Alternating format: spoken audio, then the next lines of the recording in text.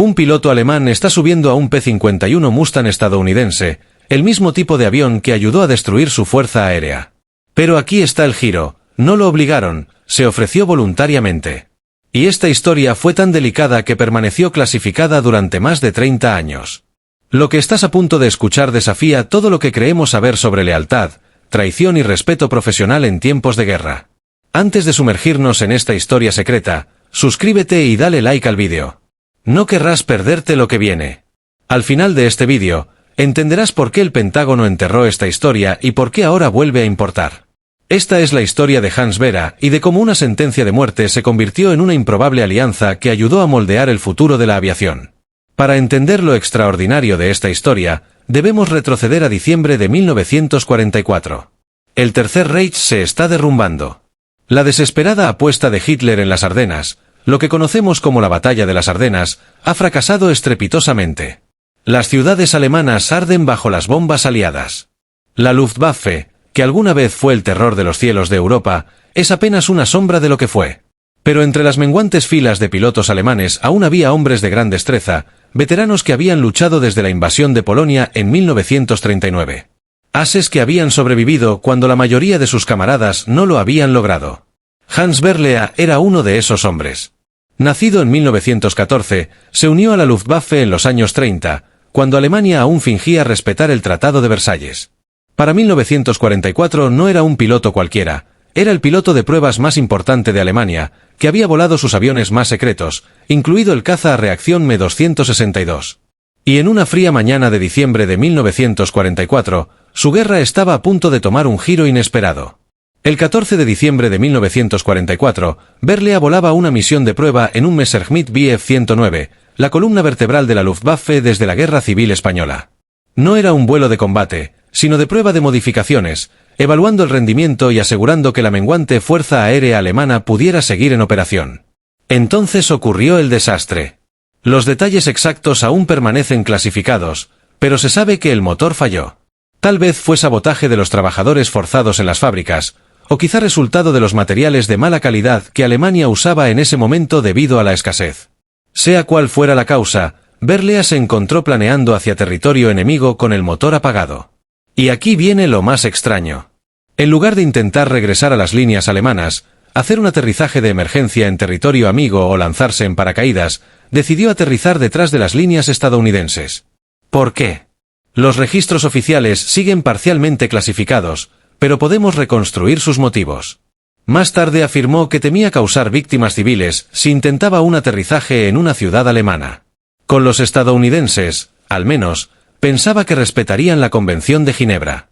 Cuando las fuerzas americanas llegaron al lugar del accidente encontraron algo extraordinario, un avión de pruebas alemán casi intacto, y en la cabina, vivo, uno de los pilotos de pruebas más experimentados de la Luftwaffe.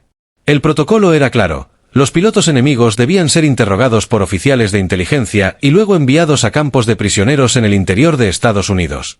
El proceso solía durar pocos días. Pero cuando los oficiales descubrieron a quien habían capturado, todo cambió.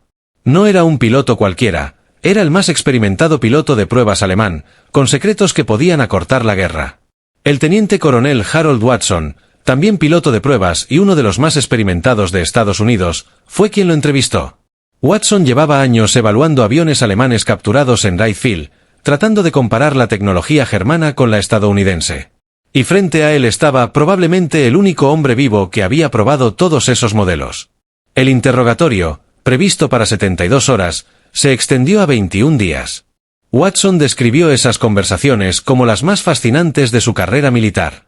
Berlea no solo podía explicar cómo funcionaban los aviones alemanes, sino también por qué se diseñaban de esa manera, cuáles eran las prioridades de la doctrina de aviación germana y los problemas que sus ingenieros intentaban resolver.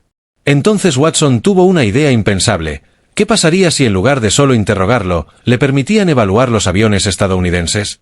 La respuesta inicial fue un rotundo no. Las implicaciones de seguridad eran enormes. Dejar que un piloto enemigo volara aviones estadounidenses violaba todos los protocolos. Pero Watson insistió y la propuesta llegó al Pentágono. 23 días después, llegó la orden, se autorizaba bajo condiciones extremas.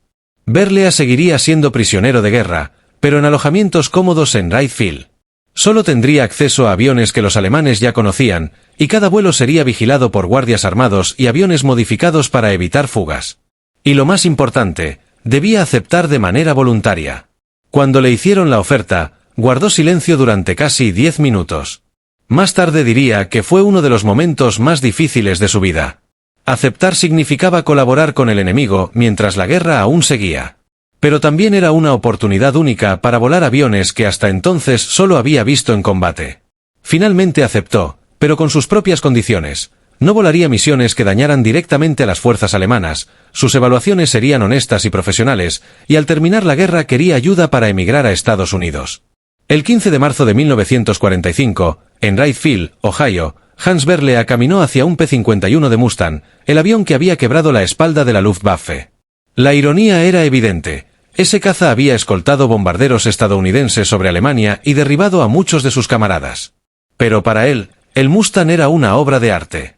Desde el primer momento lo impresionó la disciplina de las cuadrillas estadounidenses, la limpieza y el cuidado en cada detalle, algo que contrastaba con el mantenimiento improvisado y con falta de piezas que sufría Alemania en 1945. Su primer vuelo duró 2 horas. Al bajar, los pilotos de prueba americanos lo rodearon ansiosos por escuchar su opinión. Su respuesta fue directa: sus ingenieros resolvieron problemas que nosotros ni siquiera sabíamos que teníamos. Pero lo que el Pentágono ocultó durante 33 años fue aún más sorprendente: el fallo de motor no fue un accidente. Documentos desclasificados en 1978 revelan que Berlea había saboteado su propio avión. No fue una captura, fue una deserción calculada, y los americanos lo supieron desde el principio. Durante las semanas siguientes voló prácticamente todos los cazas de primera línea estadounidenses, el P-47 Thunderbolt, el P-38 Lightning e incluso las primeras versiones del P-80 Shooting Star a reacción. Cada vuelo era monitoreado, cada informe clasificado.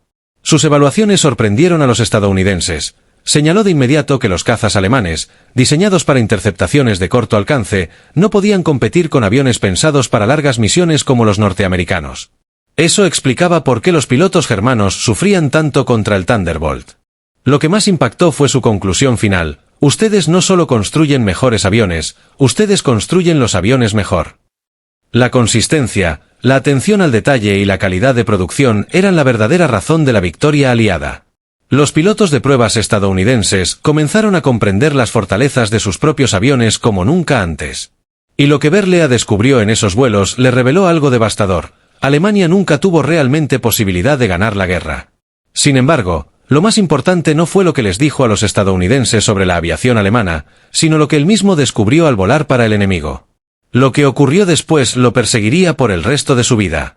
Pero aquí está lo que hace que esta historia sea verdaderamente increíble. Algo que los archivos clasificados revelaron décadas más tarde. Quizá el aspecto más notable de toda esta historia no fue la inteligencia técnica que les proporcionó, sino las relaciones que se desarrollaron entre antiguos enemigos que terminaron trabajando juntos. El teniente coronel Watson escribió extensamente sobre su amistad con Lers. Yo estaba preparado para tratar con un fanático nazi, recordó. En cambio, me encontré trabajando con un profesional consumado que abordaba cada vuelo con la misma dedicación que yo intentaba poner en mi propio trabajo. Los pilotos estadounidenses en Wright Field al principio lo veían con desconfianza, lo cual era comprensible. Apenas unos meses antes, había sido parte de la maquinaria militar que intentaba matarlos. Pero conforme trabajaron juntos, empezó a surgir un respeto profesional. Por su parte, Lers también estaba viviendo una revelación respecto a sus antiguos enemigos. La propaganda nazi había presentado a los estadounidenses como débiles, indisciplinados y soldados inferiores. Sin embargo, los pilotos e ingenieros con los que trabajó en Wright Field no eran ni débiles ni indisciplinados. Me habían dicho que los estadounidenses eran técnicamente inferiores, escribió Lers en sus memorias de posguerra. Pero los aviones que volé, los instrumentos que utilicé, la ingeniería que vi, todo era superior a lo que había conocido en Alemania. Fue una experiencia que me hizo sentir humilde. Watson se convirtió no solo en un colega, sino en algo cercano a un amigo. Pasaban horas conversando no solo sobre el rendimiento de los aviones, sino también sobre la filosofía de las pruebas de vuelo, el futuro de la aviación e incluso sus esperanzas para el mundo después de la guerra. Esa contradicción psicológica se resolvió el 8 de mayo de 1945, cuando Alemania se rindió oficialmente. La guerra había terminado, pero la misión más peligrosa de Lers apenas comenzaba. Su situación en Wright Field se volvió complicada, ya no era un prisionero enemigo, pero tampoco era libre. Alemania estaba ocupada, dividida y con su industria aeronáutica desmantelada. Los estadounidenses, sin embargo, tenían un problema. La guerra en Europa había acabado, pero ya surgían tensiones con la Unión Soviética. Los líderes militares estadounidenses empezaban a pensar en futuros conflictos y se dieron cuenta de que necesitaban comprender no solo la tecnología alemana, sino también las capacidades soviéticas. El valor del ERS para el ejército estadounidense, en lugar de disminuir, estaba aumentando. Había combatido contra aviones soviéticos, conocía el desarrollo aeronáutico en Europa del Este y, lo más importante, había demostrado ser confiable y profesional. Así que le hicieron una oferta que meses antes habría parecido imposible: un puesto permanente como piloto de pruebas civil con la Fuerza Aérea de Estados Unidos. La decisión fue polémica. Algunos pilotos estadounidenses cuestionaban que un antiguo enemigo recibiera un puesto tan sensible, pero Watson y otros que habían trabajado con él defendieron apasionadamente su nombramiento. «Este hombre tiene habilidades que necesitamos», escribió Watson a sus superiores. «Más que eso, ha demostrado su integridad y su valor. Seríamos unos necios si lo dejáramos ir». Finalmente, en diciembre de 1945, exactamente un año después de su captura, Hans Berlea fue contratado como piloto de pruebas civil de la Fuerza Aérea estadounidense.